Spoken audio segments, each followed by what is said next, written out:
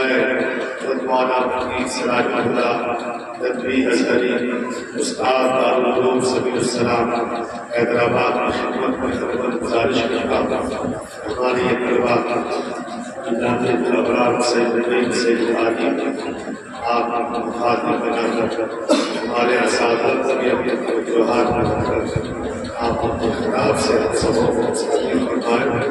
حضرت مولانا مفتی سراج اللہ ندوی ازہری آپ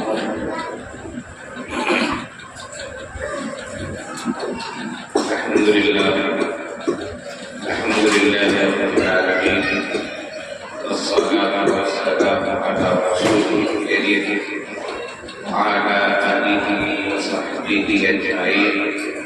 أما بعد فقال النبي صلى الله عليه وسلم خير الناس من ينفع الناس أو كما قال عليه الصلاة والسلام.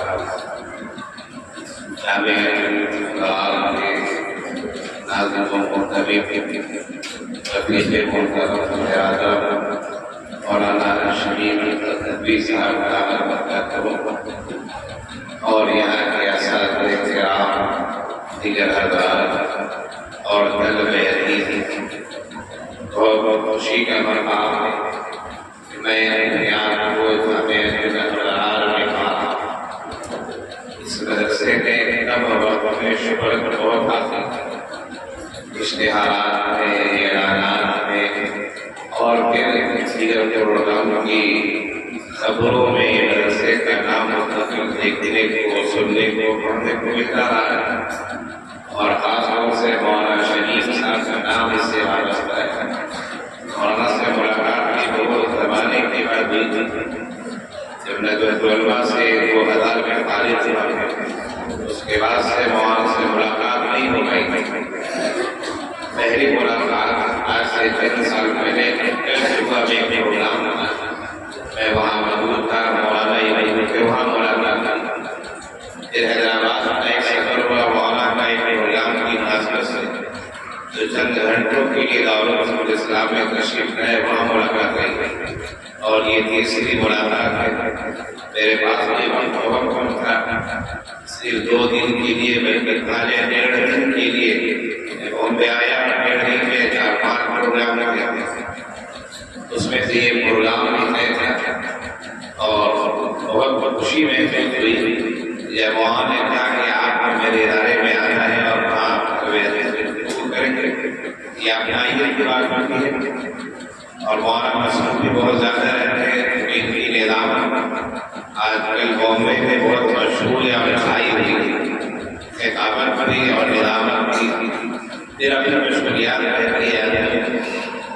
خیر وہاں نے بلایا اور میں نے بھی وقت نکالا. 1-2 باتیں کہنے ہیں. اصل مخاطب طلبہ حدیث ہے. سازہ ماشاء اللہ تجربہ کار ہے اور لگے ہوئے ہیں اسی میدان میں. طلبہ حدیث سے 1-2 باتیں کہنی ہیں. سب سے پہلی بات کو یاد رکھیں کہ دنیا کا کوئی بھی کام ہو, کوئی بھی فیلڈ ہو, اس فیلڈ میں کامیابی کے لیے پہلی چیز جو ہے وہ محنت, جدوجہد, سعی نہیں ہے. بغیر محنت میں کوئی چیز ملتی نہیں. اگر آپ اچھی کوالٹی کے انسان بننا چاہتے ہیں, اچھے طالب علم بننا چاہتے ہیں تو جتنی زیادہ محنت کریں گے اسی لحاظ سے آپ کی ترقی ہوگی اور آپ آگے بڑھیں گے. اگر آپ نے محنت نہیں کی ہے تو پھر آپ عام انسانوں کی طرح رہیں گے. امتیازی شان یا امتیازی پہچان آپ کی نہیں کر سکتے. آپ اپنے ناظم صاحب کو دیکھ سکتے ہیں ایک کم وقت میں انہوں نے اپنی پہچان بنائی. یقیناً وہ آدمی جو راحت کو طلب کرے, جو سستی اور کاہلی کرے, دوڑ دھوپ سے بچا رہے, گریز کرے, وہ آگے نہیں بڑھ سکتا ہے, اپنی پہچان نہیں بنا سکتا. تو بغیر محنت میں کوئی بھی حاصل نہیں ہوتی ہے. محنت کرنا ہے, صحیح انداز میں محنت کرنا ہے, اساتذہ کی رہبری اور رہنمائی میں محنت کرنی ہے, جب جا کے آپ آگے بڑھیں گے. عربی کا مقولہ ہے من جد وجد, جو کوشش کرتا ہے پا لیتا ہے. اور اللہ تعالیٰ نے بھی ارشاد فرمایا والذین جاہدوا فینا لنہدینہم سبلنا. جو لوگ محنت کرتے ہیں، کوشش کرتے ہیں، جدوجہد کرتے ہیں، اپنے اندر لگن رکھتے ہیں، سعی محنت کرتے ہیں، ہم ان کے راستے کھول دیتے ہیں، منزل ان کے لیے آسان ہو جاتی ہے. آپ کو تجربہ کریں، اگر آپ نے محنت کر کے ایک ہفتے تعلیم حاصل کر کو محنت کر کے آپ دیکھیں کہ آئندہ ہفتے آپ کے ذہن کا دائرہ اور آپ کی یادداشت میں قوت حافظہ میں کیسی آ جائے. جیسا ایک ہفتے میں آپ نے کام کیا ہے اسی طرح محنت کر کے آئندہ ہفتے میں اس سے زیادہ کام کرنے کیا ہے. تو محنت کے شرط ہے وہ نہیں کسی بھی میدان میں آگے بڑھنے کے لیے اس سے آپ خطر یاد آ. دوسری چیز یہ ہے کہ ہمیں جو چیز کی پڑھائی جاتی ہے، کیونکہ ہم لوگوں کی تعلیم میں مدرسوں کی جو تعلیم ہوتی ہے دینی تعلیم اسے کہتے ہیں. یہ الگ بات ہے کہ دینی اور دنیاوی تقسیم ہم لوگ مانتے ہیں، لیکن پھر بھی زبان سے بات نکلتی ہے اور عام پروف میں یہ بات ہے کہ دینی تعلیم جو اس میں عمل بہت بڑی چیز ہے. یہ عمل کا اگر فقدان ہے تو پھر اللہ کہتے ہیں کہ اس علم کا کوئی فائدہ نہیں. یہ علم عمل کو چاہتا ہے. اہل کتاب نے عمل میں کوتاہی کی تو قرآن کریم نے ان پر پھٹکار لگائی. فرمایا مثل الذین حملوا التوراة ثم لم يحملوها كمثل الحمار يحمل أسفارا. وہ لوگ جن کو توریت دیا گیا، کتاب دی گئی، اللہ کا نظام دیا گیا، لیکن ان لوگوں نے اسے اٹھایا نہیں، عمل نہیں کیا. فرمایا ان کی مثال جو ہے گدھوں جیسی مثال ہے. گدھے کے پیٹھ پر کتاب لاد دینے سے گدھا عالم نہیں بن جاتا، وہ فاضل نہیں بن جاتا جب تک کہ کتاب کی بات نہ مانی جائے. تو یہ عمل ہمارے مدارس کی یہ ایک امتیازی شان ہے. تعلیم تو بہت سارے اداروں میں ہوتی ہے، اسکولوں میں تعلیم ہوتی ہے، یونیورسٹیوں میں تعلیم ہوتی ہے، لیکن ہمارے مدارس کی جو پہچان ہے وہ تعلیم کے ساتھ تربیت ہے. اور اسی تربیت سے لوگ خوف کھاتے ہیں کہ مدرسے لوگ ایسے ہوتے ہیں، ایسی تربیت ہوتی ہے. ہمارے بہت سارے احباب ہوتے ہیں، ان کو تربیت ہی سے ڈر لگتا ہے کہ ایسا آدمی بن جاتا ہے، ویسا بن جاتا ہے. نہیں، ہمیں تربیت حاصل کرنی ہے جو باتیں ہمیں سکھائی جاتی ہیں. جیسے آفس میں بیٹھا ہوا تھا، ماشاءاللہ جو تعلیم مل گئے تو سلام کر کے داخل ہوئے. تو یہ صرف مدرسے کے آفس یا مدرسے کے کمرے کے نہیں، یہ ہم اپنے گھر میں بھی جائیں تو ایسا ہی کریں، سلام کریں. ہم مدرسے میں کھانا کھاتے ہیں، سلام اٹھا کے کھاتے ہیں، ہاتھ دھو کے کھاتے ہیں، دعا پڑھ کے کھاتے ہیں. ہم گھر میں بھی جائیں تو ایسے ہی کریں، ایسا نہیں بیٹھ کے اور بیٹھ کے نہیں. جو تربیت مدرسے میں ہماری ہو رہی ہے اس کے اثرات گھر میں بھی، گھر کے باہر بھی ظاہر ہونے چاہیے. یہ ہمارے مدارس کی تعلیم کی امتیازی شان ہے کہ تعلیم کے ساتھ تربیت بھی ہونا ضروری ہے.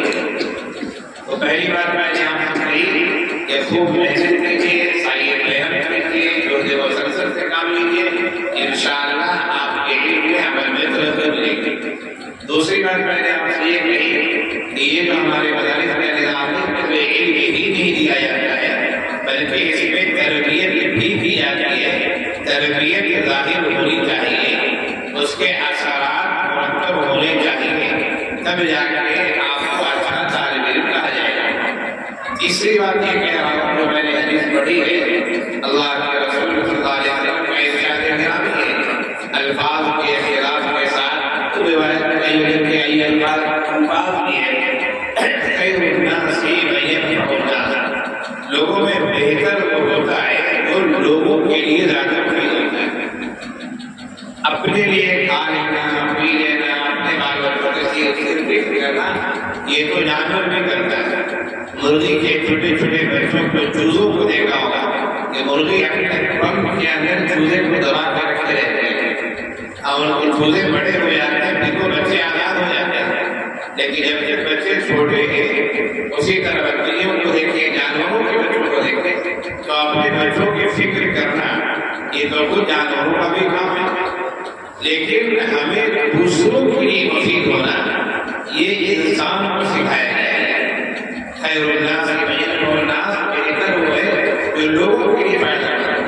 تو ہمیں پوری امت کے لیے، پوری انسانیت کے لیے، بلکہ یہ کہا جائے کہ اللہ کی پوری مخلوق کے لیے ہمیں مفید ہونا ہے، اس بات کا ذہن میں بیٹھا ہے۔ ایسا نہیں کہ ہم نے پڑھ لیا کہ کئی سرکاری ٹیچر ہو گئے، کئی مدرس ہو گئے، اپنے بال بچوں کو پالنا ہے، ایسا نہیں۔ یہ تو ضروری ہے، اپنے گھر والوں کو دیکھنا یہ تو ضروری ہے، اپنے گھر کا خیال رکھنا یہ ضروری ہے، لیکن ہمیں اپنے علاوہ دوسروں کی بھی فکر کرنی ہے کہ ہم دوسروں کو بہترین انسان کیسے بنائیں، مفید کیسے۔ آج دنیا میں جو کمی ہے نا، وہ ایک بنیادی کمی ہے کہ اچھے انسان کی کمی ہے۔ انسان تو بہت سارے ہیں، انسانوں کی تعداد اربوں میں ہے دنیا میں، لیکن اچھے انسان کی کمی ہے۔ تو آپ اپنے ذہن میں یہ بیٹھا دیں کہ ہمیں ایک اچھا انسان بننا ہے۔ اچھا انسان کون ہوگا؟ اچھا انسان ہوگا جو اپنے لیے مفید ہو اور دوسرے لوگوں کے لیے یا اللہ کی مخلوق کے لیے مفید ہو۔ ہم مفید کیسے ہو گئے؟ ہم اس وقت مفید ہو سکتے ہیں جب ہم اپنے شریعت کی اتباع کریں، اپنے شریعت کے مطابق لوگوں کو سمجھائیں۔ اگر ہم نے شریعت کے مطابق نہیں سمجھایا ہے، لوگوں کو عمل نہیں کیا ہے، تو ہو سکتا ہے دنیا کے لحاظ سے تو ہم مفید ہو جائیں، لیکن آخرت کے لحاظ سے مفید نہیں ہو سکتے، اور سامنے والا انسان بھی آخرت کے لحاظ سے اچھا نہیں بن سکتا۔ تو ہمیں لوگوں کے لیے مفید ہونا ہے، دنیا کے لحاظ سے بھی اور آخرت کے لحاظ سے بھی۔ ہمیں دونوں جہان کی فکر کرنی ہے۔ قرآن کریم نے جو ہمیں دعائیں سکھائی ہیں، ان دعاؤں میں ایک دعا یہ بھی ہے، ربنا آتنا فی الدنیا حسنہ وفی الآخرۃ حسنہ۔ اے اللہ دنیا کی بھلائی دے، اے اللہ آخرت کی بھلائی دے۔ تو ہمیں لوگوں کے دنیا کی بھی فکر کرنی ہے۔ کوئی اگر بھوکا ہے تو اس کے لیے ہمیں انتظام کرنا ہے، کوئی اگر ان پڑھ ہے اس کے تعلیم کا انتظام کرنا ہے، کوئی اگر پریشان حال ہے ان کے دکھ درد میں شریک ہونا ہے۔ یہ دنیا کی فکر ہے، اور لوگوں کی آخرت کی بھی بھلائی کی فکر ہے۔ آخرت کی کیا ہے؟ ہمیں اپنے لحاظ سے انہیں ایمان کی دعوت دینا ہے، اسلام کی دعوت دینا ہے۔ ایک صحابی حضرت علی بن عامر رضی اللہ عنہ، وہ رستم کے دربار میں گئے تھے۔ رستم عیسائی فوجوں کا کمانڈر تھا۔ رستم نے بلایا تھا کہ مسلمانوں میں سے کوئی آدمی آئے، اس سے بات کرنی ہے، لمبی تاریخ ہے۔ تو رستم نے پوچھا کہ پھر لوگ آئیں گے، وہ کیا مقصد ہے آنے کا؟ تو حضرت علی بن عامر رضی اللہ عنہ کو جواب دیا، وہ جواب بتانا چاہتا۔ حضرت علی بن عامر رضی اللہ عنہ نے فرمایا تھا کہ میں آیا نہیں، اللہ نے ہمیں بھیجا ہے، یعنی اللہ نے ذمہ داری دی۔ انہوں نے فرمایا اللہ تعالی لنخرج من شاء عبادة العباد إلى عبادة الله وحده ومن ضيق الدنيا إلى ساعتها ومن جور الأديان إلى عدل الإسلام۔ اللہ نے ہمیں بھیجا ہے کہ ہم لوگوں کی غلامی سے نکال کر اللہ کی غلامی میں لائیں، لوگوں کو لوگوں کی عبادت سے نکال کر اللہ کی عبادت میں لائیں، لوگوں کو اپنے مذاہب کے ظلم سے نکال کر اسلام کی عدالت کی طرف لائیں، لوگوں کو دنیا کی تنگی سے نکال کر اسلام کی وسعت کی طرف لائیں۔ تو ہمیں لوگوں کے دنیا کی فکر کرنی ہے اور لوگوں کے آخرت کی فکر کرنی ہے۔ چونکہ میرا سفر بھی ہے اور جانا بھی ہے، یہ تین باتیں عزیز طلبہ میں نے آپ سے پہلے یاد رکھی۔ تین باتیں، پہلی بات محنت اور لگن سے کام